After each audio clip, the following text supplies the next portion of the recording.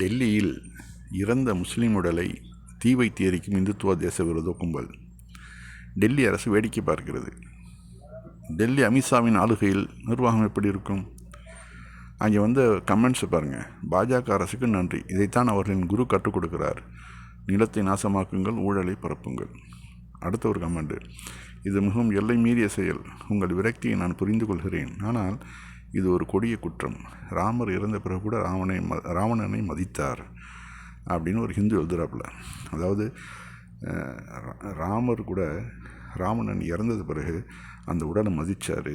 ஆனால் இங்கே வந்து இறந்த பிறகு கூட முஸ்லீம்களை நிம்மதியாக விடாமல் அந்த உடலை வந்து ஒரு தேச விரோதி எரிக்கிறான் பாருங்கள்.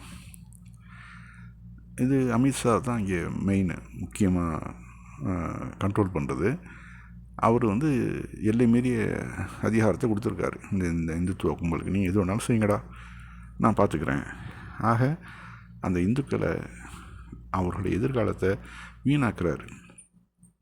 இப்படி எரிக்கிறதுனால இஸ்லாத்தை வந்து இல்லாமல் ஆக்கிட முடியுமா? இல்லை கபர்களை உடைக்கிறதுனால இஸ்லாத்தை இல்லாமல் ஆக்கிவிட முடியுமா? இதை விட அதிகமாக தான் இஸ்லாம் பரவும். நீங்கள் எழுதி வச்சுக்கங்க.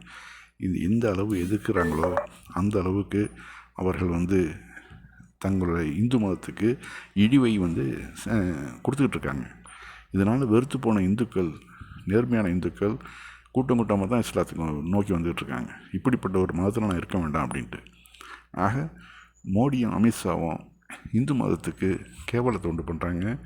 இந்து மதம் மேலும் மேலும் கீழே போகிறதுக்கு ஆதரவு தெரிவிக்கிறாங்க இதன் மூலம்.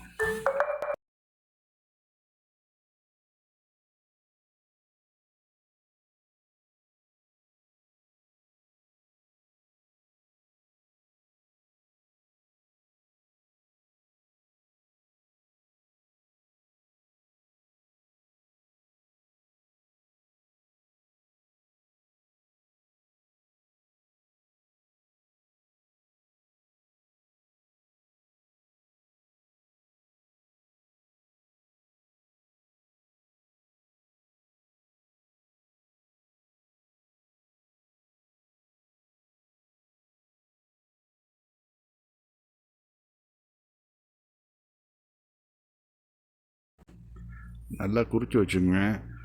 இந்து மதத்தை அழிவில் கொண்டு போகிறதுல முதல் ஆள்களாக இருக்கிறது அமித்ஷாவும் மோடியும், யோகி ஆதித்யநாத்தும்.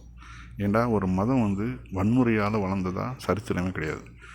அன்புனாலையும் அஹிம்சையாலும் தான் உலக மதங்கள் தான் வளர்ந்துருக்குது. இதை புரியறதுக்கு அமித்ஷாவுக்கும் மோடிக்கும் ரொம்ப நாள் ஆகும்.